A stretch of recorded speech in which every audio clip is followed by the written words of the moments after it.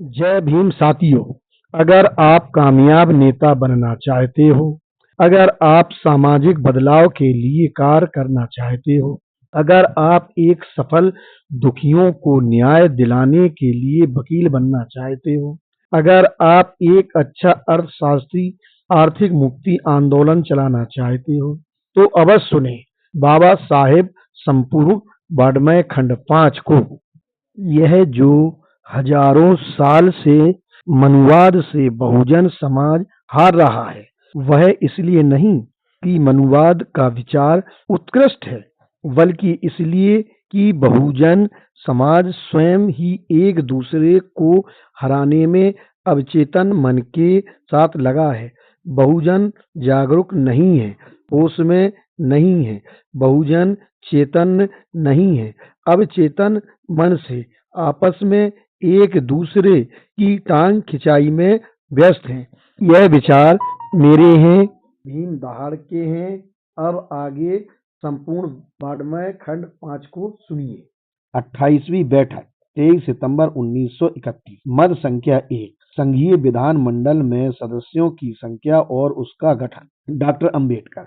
मैं उप मद संख्या 1, 2, 3 और 4 के बारे में कुछ नहीं कहूँगा। इन विषयों पर मेरे मित्र श्री जोशी ने जो कुछ आप पूर्वाह्न में बोला, सिर्फ एक बात को छोड़कर उनसे मैं सहमत हूँ। इन दोनों सदनों में सदस्यों की संख्या के बारे में मेरा कोई आग्रह नहीं है। मेरे विचार में हमें कोई निश्चित संख्या लेकर विचार शुरू नहीं करना चाहिए। यह संख्या सभी आवश्यक पक्षों पर विचार कर निश्चित की जानी चाहिए। मैं यह भी कहना चाहता हूँ कि मैं एक बड़ा सदन बनाने के पक्ष में हूँ, क्योंकि मैं सोचता हूँ कि यह सदन विचार विमर्श का सदन होगा और इसलिए इसका गठन इस प्रकार होना चाहिए कि इसमें सभी हितों का प्रतिनिधित्व हो और किसी एक खास हित के लोगों को ही ठूस ठास कर न भर दिया जाए।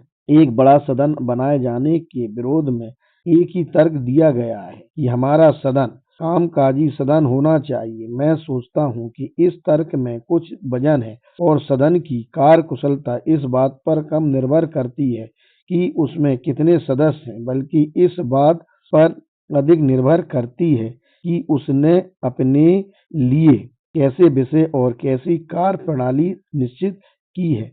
इसलिए मैं उस विचार से उसकी सीमा नहीं बनाऊंगा। मैं जिस विषय पर खास तौर से बोलना चाहता हूँ वह उपमद संख्या 4 है। मैं पहले उपमद 4 के भाग खा को लेता हूँ, जो इस प्रकार है। संघीय संरचना समिति को संघीय संविधान बनाने के संबंध में अपनी कार्रवाई शुरू करने के लिए कितनी न्यूनतम संख्या में भारतीय राज्यों का शामिल होना आवश्यक समझा जाना चाहिए। यह एक प्रश्न है जिस पर से पर्दा नहीं उठाया गया है। हमें बताया गया है कि भारत का भावी संविधान संघीय संविधान होना चाहिए, लेकिन किसी ने यह स्पष्ट नहीं किया है कि क्या यह उन लोगों का मत है जो इस बात पर जोर देते हैं कि संघीय रूप में एक उत्तरदायी सरकार की स्थापना के पूर्व भारतीय राज्यों का शामिल होना एक लाजमी बात है। जब तक मैं उन लोगों का दृष्टिकोण इस बारे में निश्चित रूप से ना समझ लूं,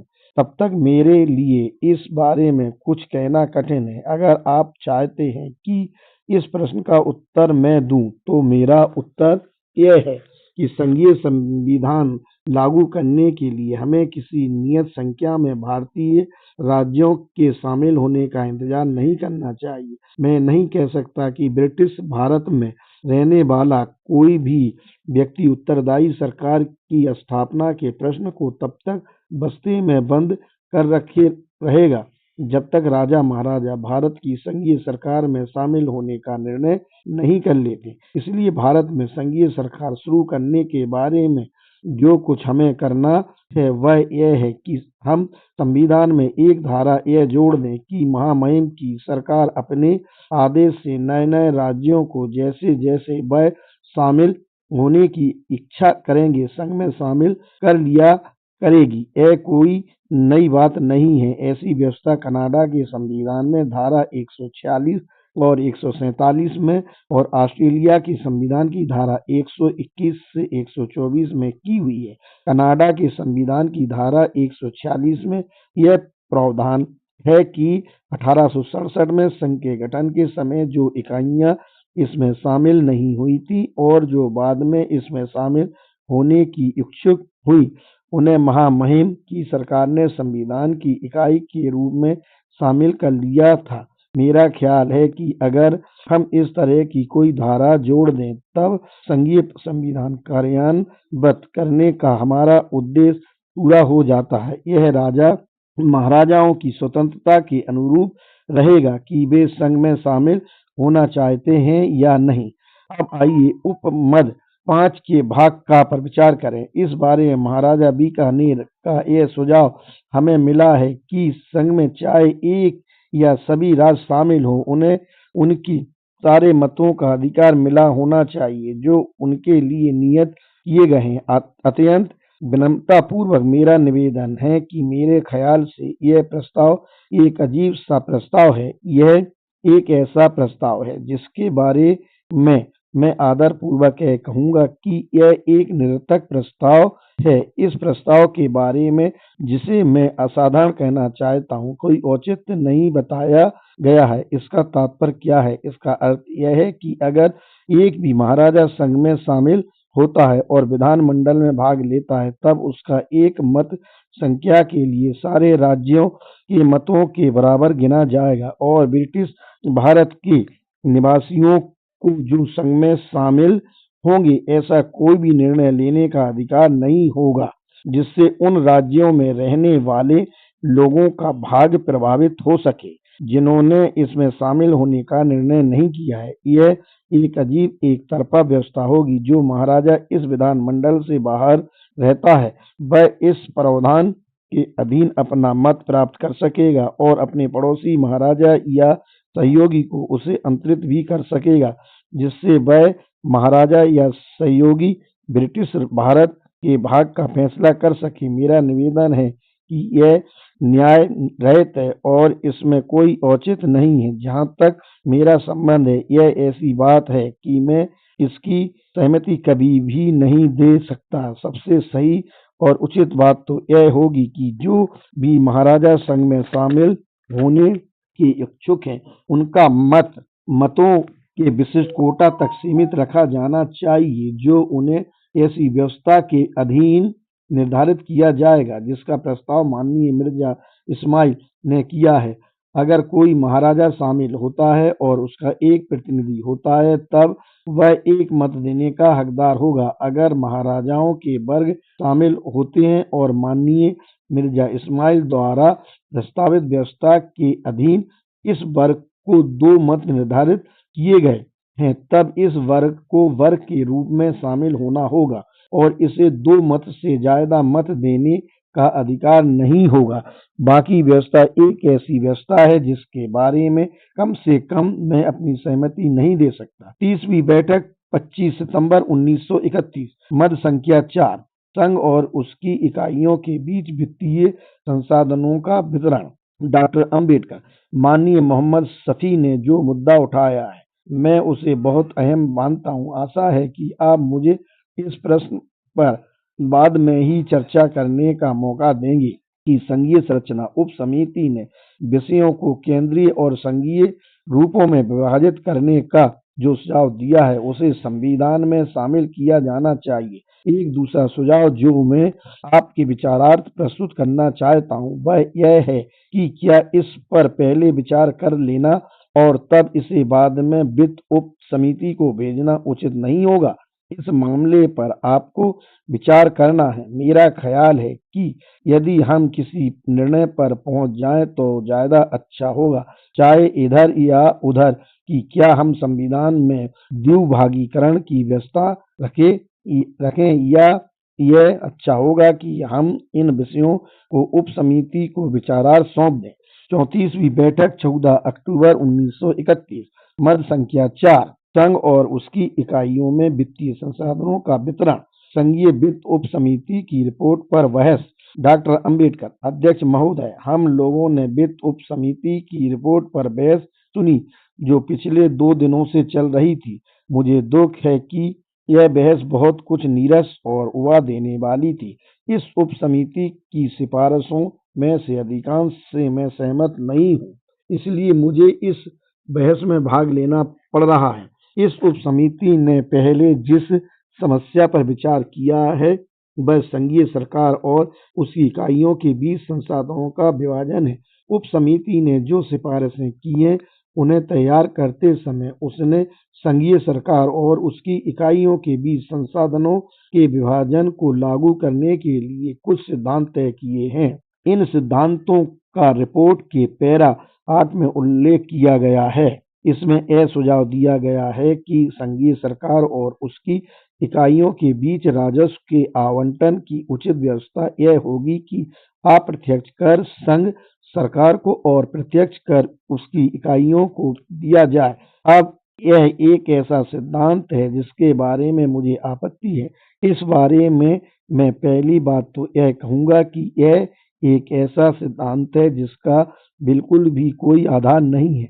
मैंने अधिकांश संघीय सरकारों के संविधानों को बड़ी सावधानी से जांचा परखा है और मुझे इस सिद्धांत के लिए कोई प्रमाण नहीं मिला जो वित्त उप समिति की रिपोर्ट के पैरा 8 में बताया गया है।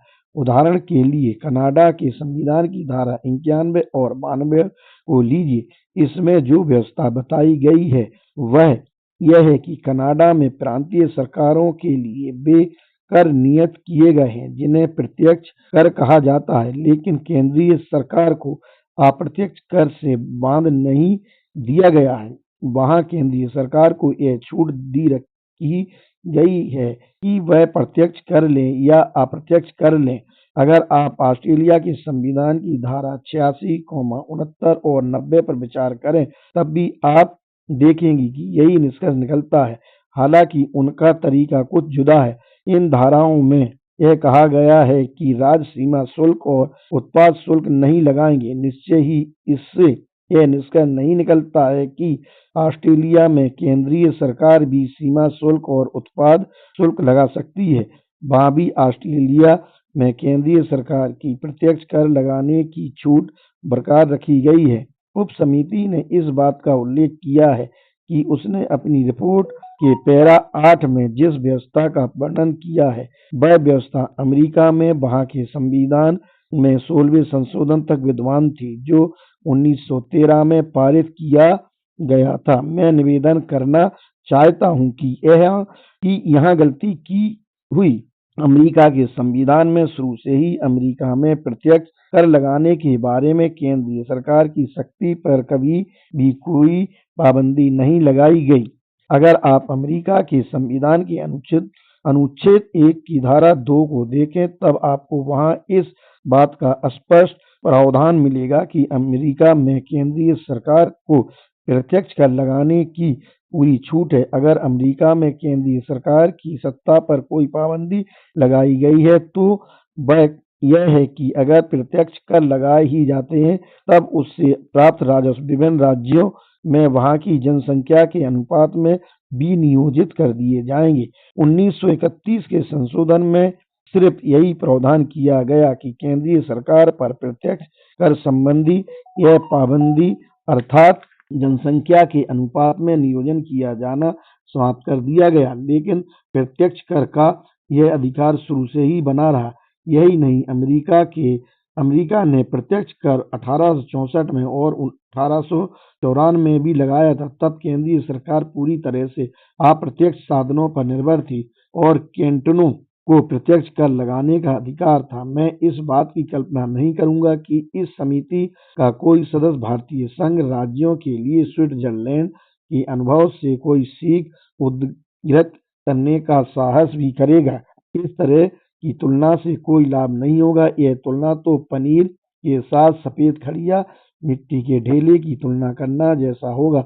और वहाँ भी स्विट्जरलैंड के संविधान ने इस व्यवस्था को 1915 में त्याग दिया था और केंद्रीय सरकार को राज्य के नागरिकों पर प्रत्यक्ष कर लगाने की अनुमति दे दी थी। इसलिए अगर यह प्रस्ताव उस विशेषज्ञ समिति को एक निर्देश के रूप में है तब मैं इस प्रस्ताव के बारे में अपनी सहमति नहीं दे सकता। अब मैं इन संसाधनों के वास्तविक विभाजन के बारे में कुछ कहूँगा जो उप समिति ने पैरा 10 में प्रस्तावित किया है। इस आवंटन के बारे में एक ही कसौटी अपनाई जा सकती है और वह है पर्याप्तता की कसौटी। केंद्रीय सरकार और संघ राज्य की इकाइयों दोनों के लिए जो आवंटन पैरा 10 में दर्शाया गया है, क्या उससे उन्हें पर्याप्त राजस्व प्राप्त होता है? अब इस विभाजन को इस कसौटी से भी परखना संभव नहीं है।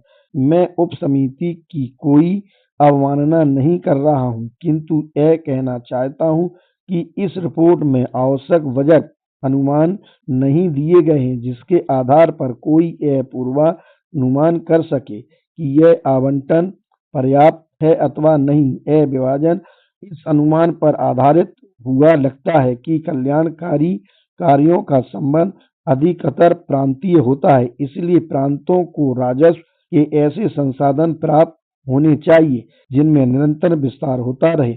यह मुख्यतः सच भी है, लेकिन ऐसा प्रावधान करते समय मुझे ऐसा लगता है कि उन्होंने वित्तीय प्रणाली में संघ सरकार को राजस्व के पर्याप्त और विकासशील साधनों से वंचित कर दिया है। इस उप समिति की रिपोर्ट के पैरा 10 को लीजिए, जो प्रस्तावों का राजस्व पक्ष है। सबसे पहले राजस्व का स्रोत सीमा शुल्क बताया गया है। अब ऐसी बहुत सी बातें हैं जिन पर सीमा शुल्क का राजस्व निर्भर करता है। पहली बात तो यह है कि यह व्यापार में उन्नति या व्यापार में अवनति पर निर्भर करता है। जब अवनति होती है तब निर्यात भी घट जाता है, जनता की उपयोग शक्ति भी कम हो जाती है और इस सीमा तक आयात भी कम हो जाता है। इसका अर्थ है सीमा शुल्क के राजस्व में कमी। दूसरे राजस्व का यह स्रोत आमतौर पर टैरिफ की उस नीति पर निर्भर करता है जो आगे आने वाले वर्षों में अपनाई जाएगी। हो सकता है कि भारत में ऐसी पार्टी सत्ता में आ जाए जो पूर्ण संरक्षण पर विश्वास करती है और इस प्रकार बाहर से किसी भी ऐसी वस्तु के आयात पर रोक लगा देती है जो देश में बन रही वस्तु और उसके उद्योग से होड़ लगाती हो। अगर ऐसा होता है, अर्थात अगर घोर संरक्षणवाद की नीति के द्वारा आयात बंद कर दिया जाता है, तब सीमा शुल्क से प्राप्त होने वाला राजस्व तो बिल्कुल समाप्त हो जाएगा। दूसरी तरफ अगर ऐसी पार्टी सत्ता में आती है जो मुक्त व्यापार और किसी भी प्रकार के संरक्षण में विश्वास करती है, तब फिर सीमा शुल्क का राजस्व एक क्षीण साधन बनकर रह जाएगा जिस पर संघ सरकार को निर्भर रहना है। अब आइए संघ सरकार के राजस्व के दूसरे साधन पर विचार करें। यह साधन है अफीम। भारत सरकार द्वारा प्रचारित सूचना के अनुसार मैं देखता हूँ कि भारत सरकार का यह कहना है कि अफीम के निर्यात पर उसका राजस्व खत्म हो जाएगा, जो लगभग 2 करोड़ रुपया है, लेकिन उसे दवाई के रूप में इस्तेमाल होने वाली अफीम की बिक्री से 10 या 15 लाख रुपये की आय होती रहेगी। इससे स्पष्ट होता है कि संघ सरकार को उसके राजस्व साधनों से कितनी कम आय होती है। उप समिति ने संघ सरकार के लिए राजस्व का तीसरा साधन नमक कर बताया है। अब हम सभी जानते हैं कि यह साधन झगड़े की जड़ रहा है और यह भारतीय राजनीति का एक मुद्दा बन गया है। अगर कांग्रेस पार्टी सत्ता में आ जाती है तब यह कर तो बिल्कुल ही खत्म हो जाएगा। अब इस सवाल के बावजूद कि कांग्रेस इस कर को बिल्कुल खत्म करने में सफल होती है या नहीं, इतना तो निश्चित है कि इस कर पर निर्भर नहीं रहा जा सकता कि इससे संघ सरकार को काफी बड़ी मात्रा में राजस्व प्राप्त होगा, क्योंकि इसका संबंध भारत में रहने वाली साधारण जनता के रहन सहन के स्तर से है। अब अंत में आपके विचारार्थ निगम कर है जिसे इस उप समिति ने संघ सरकार के राजस्व का एक साधन बताया है। मुझे बताया गया है कि इससे लगभग 3 करोड़ रुपये की आय होती है, अतः स्पष्ट है कि इस समय इससे बहुत ही थोड़ी आय होती है। मेरा ख्याल है कि अगर हम भारत की समृद्धि के लिए औद्योगिकीकरण को बहुत ही आवश्यक मानते हैं और अगर हम यह भी स्वीकार करते हैं कि औद्योगिकीकरण के लिए पूंजी का नियमित किया जाना भी जरूरी है, तब मेरी शंका है कि हम इस कर में बहुत ज्यादा वृद्धि नहीं कर सकते। नहीं तो पूंजी को नियमित करने की प्रक्रिया प्रभावित होने लगेगी। बजट के राजस्व पक्ष के बारे में मेरे यही विचार है। अब मैं व्यय पक्ष पर आता हूँ। उप समिति का यह दृष्टिकोण है कि केंद्र में सरकार का काम और कुछ नहीं बल्कि रक्षा करना है। मैं इस बात को स्वीकार नहीं करता कि आजकल के युग में हर सरकार का यही कार्य रह गया है। इतिहास में एक ऐसा समय था जबकि सरकार का उचित कार्य व्यवस्था के साथ साथ सुरक्षा कर्मियों की व्यवस्था करने के अलावा और कुछ नहीं था। लेकिन मेरा विचार है कि अब समय बदल गया है। हम इस बात में विश्वास करते हैं कि सरकार को सुरक्षा कर्मियों की व्यवस्था तो करनी ही चाहिए, लेकिन उसे कल्याण की व्यवस्था भी करनी चाहिए। यह मेरा निजी विचार है। अन्य सदस्यों के कुछ भिन्न विचार हो सकते हैं कि केंद्र में स्थित सरकार को स्वयं कुछ कल्याण कार्य शुरू करने होंगे, जो मेरे विचार में भारत के लिए विशेष प्रकार के होंगे।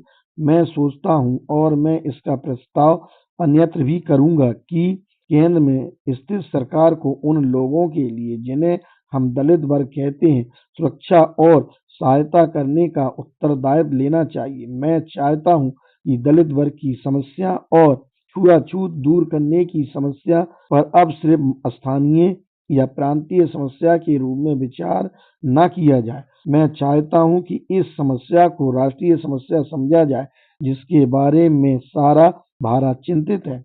मैं चाहता हूँ केंद्र में स्थित सरकार जंगलों में रहने वाली जनजातियों को सभ्यता की धारा में शामिल करने का दायित्व स्वीकार करे, जिनकी संख्या दलित वर्ग के लोगों के लगभग बराबर ही है। मैं चाहता हूँ कि सरकार उस वर्ग के लिए भी कुछ करने का दायित्व ले जिन्हें पिछड़ा वर्ग कहा जाता है। दूसरे शब्दों में मेरा निवेदन है कि केंद्रीय सरकार इस प्रकार के कल्याण कार्य करे जिससे हर व्यक्ति को और हर समुदाय को इतना सब जीवन तो मिल सके जिसे मैं न्यूनतम कहता हूँ। इसके अलावा ऐसे भी बहुत से कार्य हैं जिनका संबंध सारे भारत से है या जिनका संबंध किसी एक प्रांत से है और जिन्हें करना उस प्रांत की क्षमता से बाहर की बात है। उदाहरण के लिए मलेरिया प्रकोप लीजिए। कुछ प्रांतों में इसका असर कम है, लेकिन कुछ प्रांतों में मुझे बताया गया है कि यह जनशक्ति को समाप्त करता जा रहा है। वह प्रांत इसका उन्मूलन करने में आर्थिक या वित्तीय दृष्टि से समर्थ नहीं है। इसे एक राष्ट्रीय समस्या के रूप में लिया जाना चाहिए और इस कारण राष्ट्रीय सरकार को अपने ऊपर कुछ कल्याणकारी कार्य करने का उत्तरदायित्व लेना होगा। लगता है कि इस उप समिति ने इस बात का भी ख्याल नहीं रखा है कि संघीय सरकार उन कारणों को छोड़कर जो सभी प्रांतों में समान है, कुछ विशेष कारणों से जैसे उत्तर पश्चिमी सीमा प्रांत को आर्थिक सहायता दिया करेगी। यह सहायता इन प्रांतों को इसलिए दी जाएगी कि इन प्रांतों को कुछ ऐसे कार्य करने होंगे जिनका संबंध सारे राष्ट्र की समस्या से है। इसी तरह नए नए प्रांतों का गठन हो सकता है। ऐसी दशा में संघीय सरकार उन्हें कुछ आर्थिक सहायता दिया करेगी जिससे ये बने रह सकें। अब आप अगर व्यय पक्ष पर मोटे तौर से देखें, जैसा कि मैंने स्पष्ट करने की कोशिश की है, और उसकी तुलना राजस्व पक्ष से करें जिसका प्रस्ताव इस उप समिति की रिपोर्ट में किया गया है, तो यह कहना कोई अत्युक्ति नहीं होगी कि संघ सरकार के लिए जिस वित्तीय प्रणाली की रूपरेखा प्रस्तुत की गई है वह इतनी ही है कि संघ सरकार सामान्य दिनों में सांस लेने के लिए पानी से ऊपर अपना सिर बाहर रख सके और शायद यह भी ना हो सके। लेकिन एक बात तो निश्चित है कि अगर कोई तूफान आएगा तो उसमें यह डूब अवश्य जाएगी। आइए उप समिति ने पैरा 21 में आपातकाल के बारे में, मुझे गंभीर आपातकाल कहना चाहिए, क्या प्रस्तावित किया है उसे भी देखें। इस उप समिति ने यह सुझाव दिया है कि संघीय सरकार को अपने सभी इकाइयों से अंशदान करने का अधिकार होना चाहिए। मेरे मन में यह प्रश्न उठता है कि क्या यह उपाय सुरक्षित और सुनिश्चित उपाय है? क्या यह ऐसा उपाय है जिस पर हर किसी स्थिति में निर्भर रहा जा सकता है? गंभीर आपातकाल में संघीय सरकार को अंशदान करने की इच्छा के बारे में कल मेरे एक सम्मानित मित्र ने एक दृष्टिकोण प्रस्तुत किया था। उन्होंने कहा था कि अगर प्रांतों को गंभीर आपातकाल में संघीय सरकार की सहायता करनी पड़ेगी, तब प्रांतों को यह विवेकाधिकार दिया जाना चाहिए कि कोई आपातकाल है या नहीं। अब मैं यह नहीं कह सकता कि इस दृष्टिकोण को सब लोग स्वीकार करेंगे या नहीं, लेकिन यह दृष्टिकोण एक बात का सूचक अवश्य है कि जब कभी आपातकाल की स्थिति पैदा होगी, तब विभिन्न प्रांत संघीय सरकार के घाटे को पूरा करने के लिए तैयार नहीं होंगे। क्या आपातकाल की स्थिति में राज्यों पर उनसे उनका अंश प्राप्त करने के लिए निर्भर रहा जा सकता है? मैंने यह प्रश्न उठाया है, लेकिन मैं यह नहीं समझता कि मैं इसका उत्तर भी दूं। जो भी हो, मेरा ख्याल है कि यह प्रणाली निर्भर रहने योग्य नहीं है। जहां तक प्रांतों की सामर्थ्य का प्रश्न है, हम इस संबंध में थोड़ा बहुत निश्चित रह सकते हैं। आपात स्थिति में राज्यों की सामर्थ्य के बारे में आपात स्थिति के उद्देश्य से मैं निश्चित रूप से नहीं कह सकता हूँ। इसलिए अध्यक्ष महोदय, मेरा निष्कर्ष यह है कि पर्याप्तता के विचार से, विस्तारशीलता और आपात स्थिति के विचार से सबसे उत्तम उपाय यह है कि संघीय सरकार की वित्तीय प्रणाली के आधार को विस्तृत और व्यापक बनाया जाए।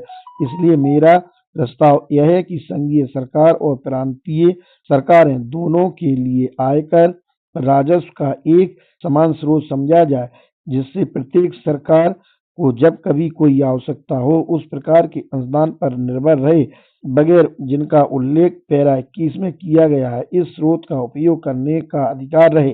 अब जब मैं इस पर विचार कर ही रहा हूँ, तब मैं इस संबंध में भी अपना दृष्टिकोण स्पष्ट कर देना चाहता हूँ कि आयकर में प्रत्येक का अंश किस प्रकार होगा। लेकिन इससे पहले मैं दो संकल्पनाओं को प्रस्तुत करने की अनुमति चाहता हूँ। पहली बात तो यह है कि संघ सरकार और उसकी इकाइयों के बीच, मैं खासतौर से ब्रिटिश भारत के प्रांतों के बारे में बोल रहा हूँ, जिस किसी प्रकार का आवंटन परस्पर अंततः तय किया जाए, उसमें हमारी कोशिश यह होनी चाहिए कि प्रांतीय वित्त व्यवस्था स्वतः पूर्ण हो और यह किसी अनुदान या अंशदान पर निर्भर नहीं रहे।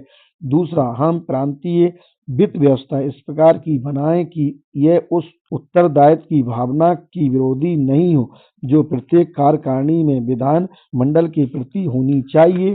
अध्यक्ष, क्या मैं आपकी टिप्पणियों को सही समझा हूँ कि सारी प्रांतीय समस्याओं को यथाशीघ्र सुलझाना सबसे अधिक महत्वपूर्ण है? प्रांतीय वित्त के बारे में जो सिद्धांत रखा उससे मैं सहमत हूँ और मेरा ख्याल है कि आपकी का यही आशय है कि ये सभी प्रांतीय प्रश्न जल्दी से जल्दी सुलझा लिए जाने चाहिए। डॉक्टर अम्बेडकर, इन्हें सुलझाया जाना चाहिए। इन दोनों संकल्पनाओं के बाद महोदय, मेरा निवेदन है कि मैं आयकर के किसी ऐसे विभाजन का अनुमोदन नहीं करूंगा जिससे आयकर की दरों को निश्चित और उससे होने वाली आय को अपने और प्रांतीय सरकारों के बीच विभाजित करने का अधिकार संघ सरकार को दे दिया जाए।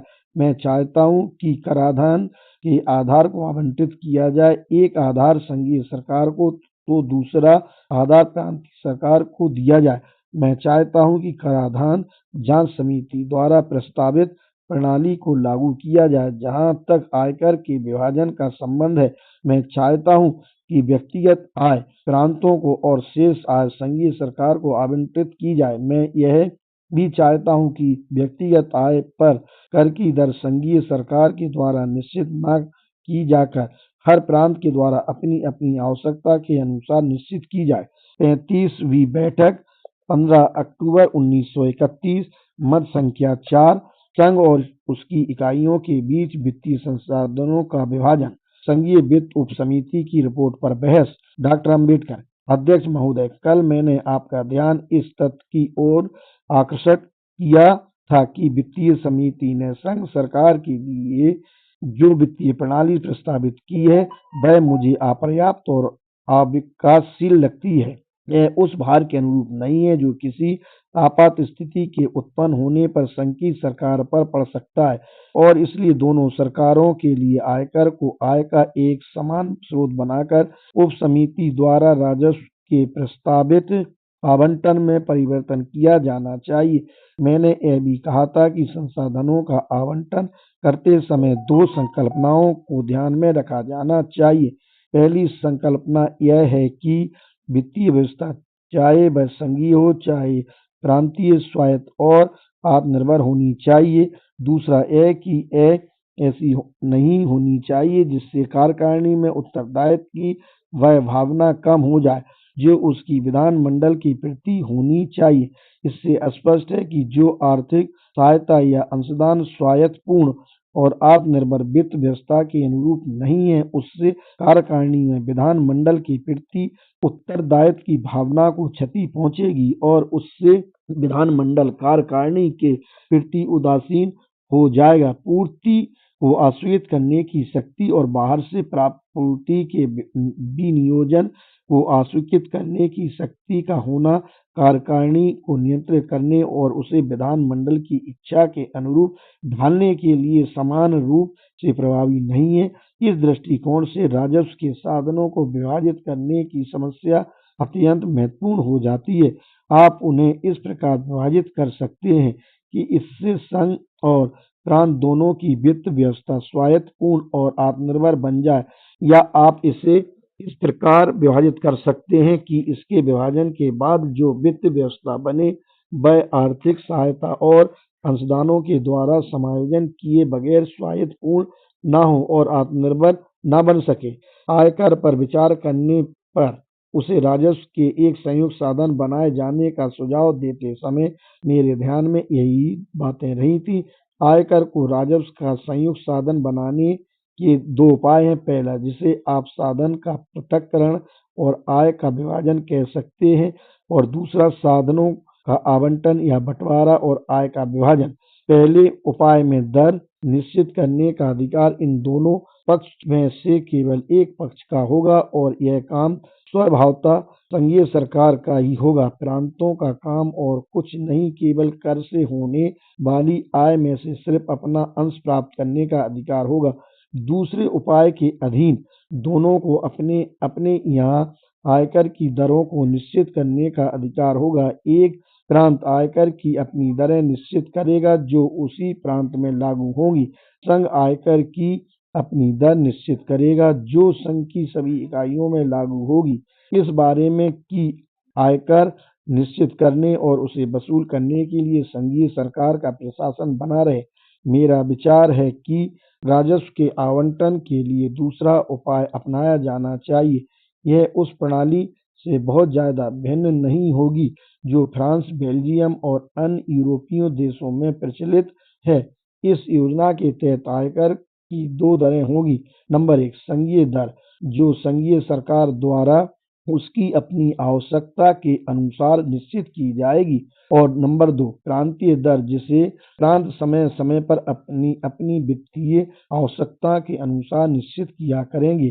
कुल मिलाकर यह कर, जैसा कि इस समय होता है, संघीय सरकार द्वारा प्रशासित हो और संग्रहित किया जाया करेगा। इस योजना के लाभ स्पष्ट हैं। पहला, इसके फलस्वरूप अनुदान और अंशदान की पद्धति खत्म हो जाएगी और प्रत्येक इकाई की वित्तीय व्यवस्था स्वायत्तपूर्ण और आत्मनिर्भर बन जाएगी। दूसरा, इससे कार्यकारिणी में उत्तरदायित्व की भावना बनी रहेगी क्योंकि अपनी पूर्ति को सुरक्षित रखने के लिए उसे विधानमंडल पर उसके द्वारा आयकर की दर निश्चित करने पर निर्भर रहना जरूरी हो जाएगा। तीसरा, और यह बहुत महत्वपूर्ण है, मेरा ख्याल है कि किसी एक प्रांत पर दूसरे प्रांत के लाभ के लिए कर नहीं लगाया जाएगा। साधन को पृथक करने की दूसरी प्रणाली के अधीन सभी प्रांतों के लिए एक ही संघीय दर होगी और आय का विभाजन होगा। इससे जो रकम किसी एक प्रांत में संग्रहित होगी यह जरूरी नहीं कि वह विभाजन में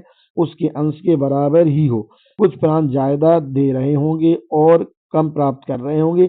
ऐसे प्रांतों के लिए यह योजना और कुछ नहीं सिर्फ एक छलना होगी जिसके तहत किसी एक प्रांत से दूसरे प्रांत के लाभ के लिए ज्यादा कर लिया जा रहा होगा। मैं जिस प्रणाली का प्रस्ताव कर रहा हूं उस पर वे लोग आपत्ति कर सकते हैं जो व्यापार और उद्योग के लिए आयकर की एक समान दर के होने पर जोर देते हैं। दरों का एक समान होना निश्चय ही एक स्मरणीय बात है और इसके महत्व के बारे में बढ़ा चढ़ाकर कहना एक आसान बात है। भारत भी उतना ही विशाल है जितना यूरोप। यूरोप में आयकर की दरों में एक समानता नहीं है, लेकिन तब भी वहाँ अन्य देशों की तरह बड़ी अच्छी तरह व्यापार और उद्योग चल रहा है। तब भारत में ऐसा क्यों ना हो? इसके अलावा जो लोग आयकर की एक समान दर होने पर जोर दे रहे हैं, वह कृपया यह बताएं कि भारत में भूमि कर के बारे में जैसी कि इस समय स्थिति है, वह किस प्रकार अपने को चुप किए रहते हैं।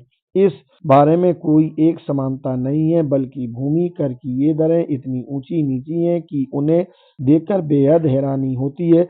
यह दरें किन्हीं दो प्रांतों में एक जैसी नहीं है और न किन्हीं दो प्रांतों में इन दरों की कर प्रणाली में कोई समानता है। इसलिए उप समिति ने जिस रीति से आवंटन करने का सुझाव दिया है, उसमें संशोधन करने के लिए मैंने आयकर को जिस रूप में ग्रहण करने के बारे में सदस्यों के प्रति पूर्ण आदर व्यक्त करते हुए जो दृष्टिकोण प्रस्तुत किया है, उसमें उक्त प्रकार की आपत्ति नहीं की जानी चाहिए। इससे सामान्य दिनों और आपात स्थिति दोनों ही स्थितियों की आवश्यकता की पूर्ति हो जाती है।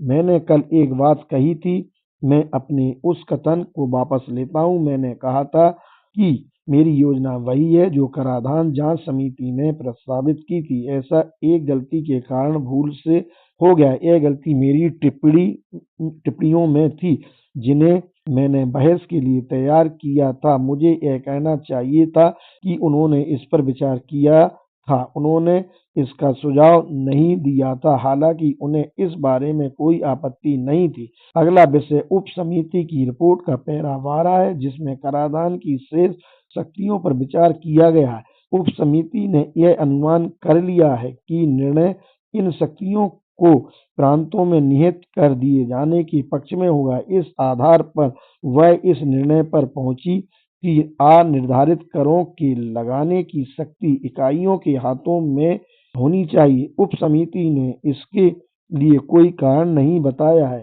कि वह इस निष्कर्ष पर क्यों पहुंची है, लेकिन पैरा 12 में एक अंश है जिसमें यह बताया गया है कि इस सुझाव के अलावा कोई दूसरा सुझाव देने में उप समिति संवैधानिक आपत्ति होने का अनुभव करती है। इससे यह प्रतीत होता है कि उप समिति का यही दृष्टिकोण है कि किसी भी संघ में कराधान की शेष शक्तियां इकाइयों में नियत होनी चाहिए।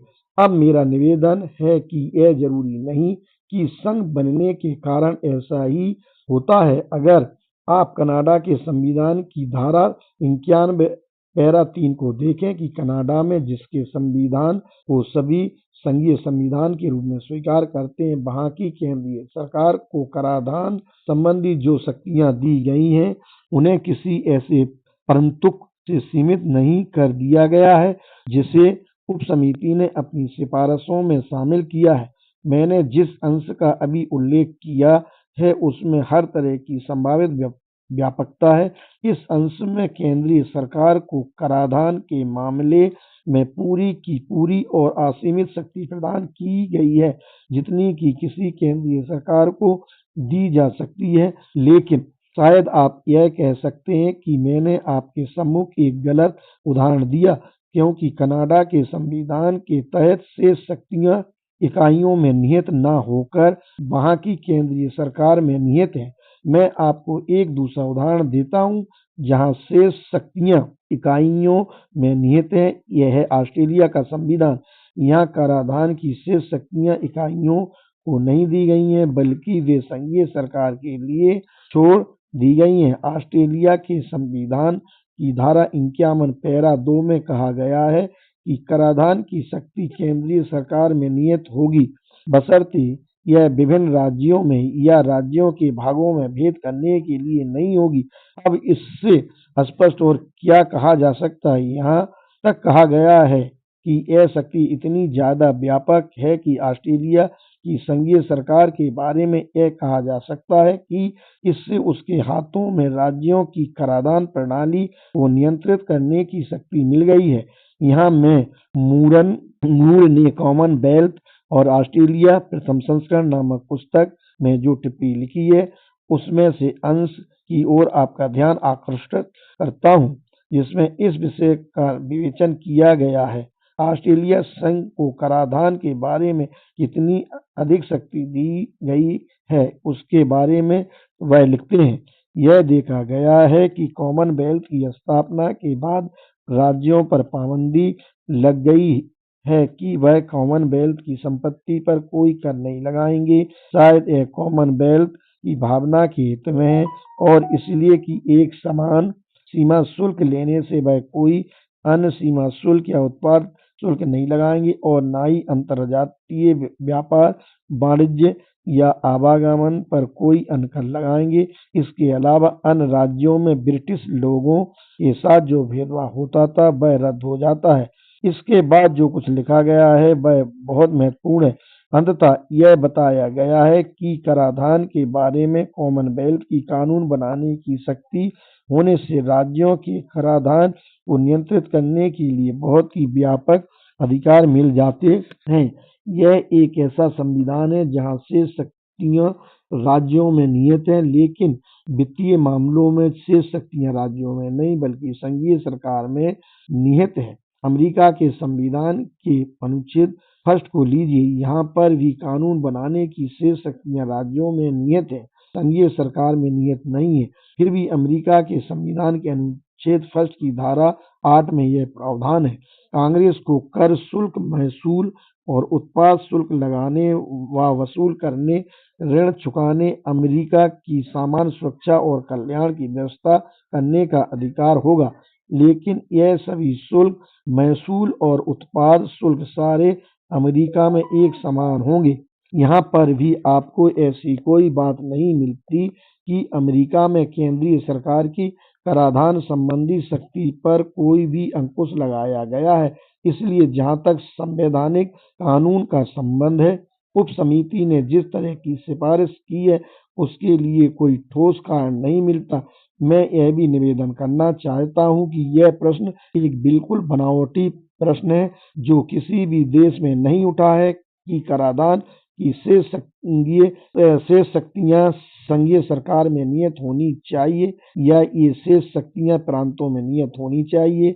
यह प्रश्न भारत में क्यों उठा, उसका कारण यह है कि हमने अपने मौजूदा अंतरण विषयों में कराधान की एक बेतुकी प्रणाली शुरू की है जिसे कराधान की अनुसूचियाँ कहा जाता है। यह कहीं पर भी नहीं है, इसे किसी भी सरकार ने या संघीय संविधान बनाने वाली किसी भी सत्ता ने कभी भी निर्धारित नहीं किया। हम लोग कराधान के क्षेत्र का ही विभाजन नहीं कर रहे हैं, बल्कि हम इन अनुसूचियों को रखकर एक खास तरीका और एक खास स्वरूप निश्चित कर रहे हैं, जिसके आधार पर कराधान की शक्ति का प्रयोग किया जाएगा। मैं इसे बिल्कुल भी जरूरी नहीं समझता। पहली बात तो यह है कि इससे कराधान की प्रणाली लीक में बन जाएगी और यह हमारे भावी एक्सचेकर चांसलरों के नए नए तरीके सोचने की ताकत को कुंद कर देगी।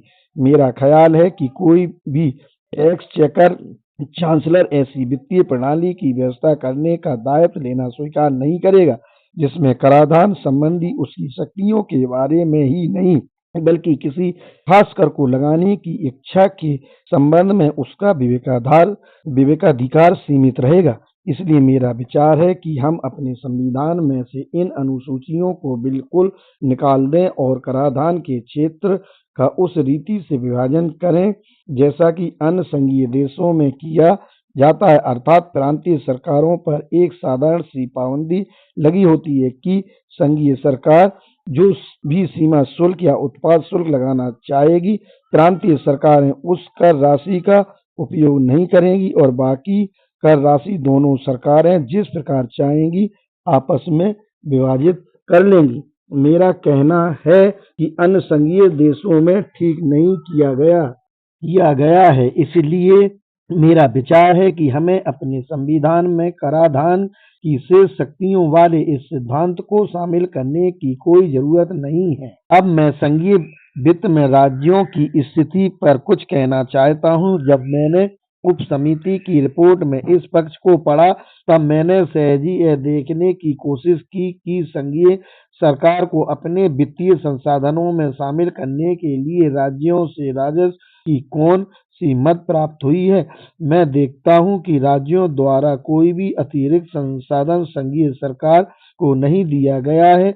जहाँ तक सीमा शुल्क का संबंध है, स्पष्ट है कि यह राजस्व कभी भी राज्यों का राजस्व नहीं रहा, जिसके बारे में उसका कोई दावा नहीं हो सकता, इसलिए उन्होंने इसके अधीन अपने ऊपर कोई अतिरिक्त भार नहीं लिया। जहाँ तक नमक के बारे में प्रश्न उठता है, यह एक ऐसा राजस्व है जिस पर खरीद के कारण भारत सरकार का अधिकार निहित है, राज्यों का नहीं। जहाँ तक मुद्रा लाभों का प्रश्न है, यह तो ब्रिटिश भारत के हिसाब में जाएगा। हस्तांतरित क्षेत्रों के नगद अंशदान और राजस्व का जहाँ तक संबंध है, यह तो केंद्रीय सरकार के राजस्व का स्रोत रहे हैं और यह स्थिति संघ के बिना भी रहती, इसलिए स्पष्ट है कि संघ में शामिल होने पर राज्य कोई ऐसी मद नहीं छोड़ेंगे जिस पर उनका कोई अधिकार कहा जा सकता हो। मैं उनका केवल एक ही योगदान देख रहा हूँ और वह है भारत की सुरक्षा के सैन्य बल पर उनका योगदान। भारत सरकार द्वारा बनाई गई इस कमेटी की रिपोर्ट के आंकड़ों को देखने पर पता चलता है कि इस समय सेना पर राज्यों के द्वारा खर्च की जाने वाली राशि नगण्य है, अर्थात सिर्फ 2 करोड़ और 38 लाख रुपया है। मैंने इस रिपोर्ट पर दूसरी बात जो देखनी चाहिए वह यह है कि संघ के वित्तीय खर्च के बारे में प्रांतों और राज्यों की बताई गई तुलनात्मक जवाबदेही। जब मैंने इस प्रश्न पर विचार किया, तब मैंने देखा कि समानता के सिद्धांत को बिल्कुल ही हवा में उड़ा दिया गया है। कृपया आप भी इस सारी रिपोर्ट में इस असमानता पर ध्यान दें। पहली, प्रांतों को संघ सरकार के प्रत्यक्ष कर और अप्रत्यक्ष कर दोनों को वहन करना होगा। राज्यों को केवल प्रत्यक्ष कर वहन करना है। समिति ने इस बात पर भी जोर नहीं दिया है कि ये राज्य कंपनी कर को वहन करें। ये राज्य प्रत्यक्ष कर तो वहन करेंगे ही नहीं, बल्कि इनको ऐसे प्रत्यक्ष करों से भी छूट दे दी जाएगी जो ये इस समय वहन कर रहे हैं। ये है नजराना और नगद अंशदान। दूसरी, प्रांतों को अपने यहाँ सीमा शुल्क लगाने की मनाही की गई है, लेकिन राज्यों के लिए इन शुल्कों को अपने यहाँ लगाने का हक बरकरार रखा गया है। यह इस बात के बावजूद है कि उप समिति स्वीकार करती है कि संघ बनाने का एक उद्देश्य यह है कि सारे संघ क्षेत्र में वाणिज्य पर कोई पाबंदी नहीं रहे। समिति इस बात को स्वीकार करती है कि आंतरिक सीमा शुल्क पर राज्यों का हक बने रहने से संघीय सरकार की आय पर बुरा असर पड़ेगा। तीसरी, प्रांतों की संघीय सरकार से ऋण लेने के लिए अपने राजस्व को जमानत के तौर पर रखना होगा, लेकिन राज्य दायित्व के इस बोझ से मुक्त रहेंगे, जो हालांकि संघ की वैसी ही इकाइयां हैं जैसे कि सारे प्रांत हैं। राज्यों को आंतरिक सीमा शुल्क रखने का जो हक बरकरार रखा गया है, उसके कारण हर कोई समझ सकता है। हम जानते हैं कि अगर उन्हें उनका अपना आंतरिक शुल्क देने के लिए मजबूर किया गया तो उनकी वित्तीय स्थिति गड़बड़ा जाएगी, लेकिन हम यह नहीं समझ पाते कि उप समिति ने राज्यों को संघीय सरकार की प्रत्यक्ष बोझ को वहन न करने की छूट क्यों दी। न हम उन कारणों को ही समझ पाते हैं जिनसे प्रेरित होकर उप समिति को इस बात की सिफारिश करनी पड़ी कि संघ सरकार से ऋण लेने के लिए राज्यों को अपने राजस्व को जमानत के तौर पर रखने की जरूरत नहीं है। अध्यक्ष महोदय, समारोहों के अवसरों पर प्रांतों और राज्यों के भेद को मंजूर किया जा सकता है। हम सलामियां नहीं लिया करेंगे और इन मामलों में हम उन्हें वह सब कुछ देने के लिए तैयार हैं जो वह चाहें, लेकिन जब धन का मामला आएगा तो मेरा ख्याल है कि हमें कामकाज में कामकाज की बात वाला सिद्धांत ही अपनाना चाहिए। अगर संघ के हित में ब्रिटिश भारत त्याग कर रहा है, तब उन इकाइयों से संघ के हित में वैसा ही त्याग करने के लिए कहने का उसे पूरा अधिकार है। इसलिए मैं समिति की रिपोर्ट के इस भाग में निम्नलिखित संशोधन करने का अनुरोध करता हूँ। नंबर 1, राज्यों को प्रत्येक कर पर संघीय सरकार का हक स्वीकार करना चाहिए। जब तक यह नहीं होता है तब तक नकद अनुदान का भुगतान नहीं किया जाना चाहिए। नंबर 2, एक ऐसी समय सीमा निर्धारित की जानी चाहिए जिसमें राज्यों को अपनी वित्तीय प्रणाली में समुचित परिवर्तन कर अपने आंतरिक सीमा शुल्कों को समाप्त करना होगा, जिससे संघीय सरकार की वित्तीय प्रणाली पर कोई बुरा प्रभाव नहीं पड़ना चाहिए। नंबर 3, संघीय सरकार से ऋणों के लिए राज्यों को अपना राजस्व जमानत के रूप में रखना होगा। अध्यक्ष महोदय, इस संबंध में बस मुझे यही कहना था।